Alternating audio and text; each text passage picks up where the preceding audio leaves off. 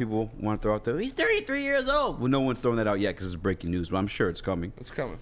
He's semi-productive last year. If you look at what DJ Chark did, if we're being honest with ourselves, was what, 500 yards, if I'm not mistaken, 3 touchdowns, DJ Chark of the year? Guess what Marvin Jones did? 500 yards, 3 touchdowns. So in 10 games. And you get almost close to the same amount of games, too. Yeah, right, 100% right.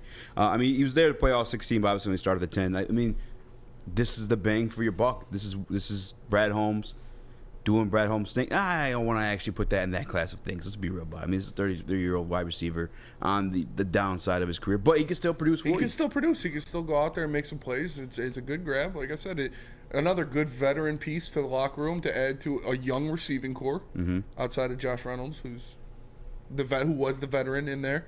But you bring in Marvin Jones. He's a guy who can get some things done for you. You get him on a very friendly contract, like you said. It's $3 million, potential to be $5 million. Yeah. And he can go out there and he can produce. So I'm happy with it, man. It's a good signing. It's not like anything I'm like I'm not freaking out over it. But it's a good signing. It was a position of need, that outside receiver, and they filled it with a guy that is a familiar face in Detroit.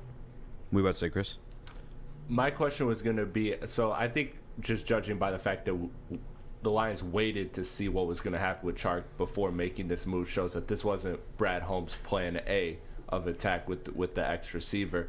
So do you think then, though, looking at this contract and how it's structured with $3 million guaranteed, $5 million up in incentives, or up to $5 million including the incentives, do you think that Chark was then offered that $5 that he was offered Carolina? Like, where do you look at looking at this deal compared to what you think Chark would have? I don't know.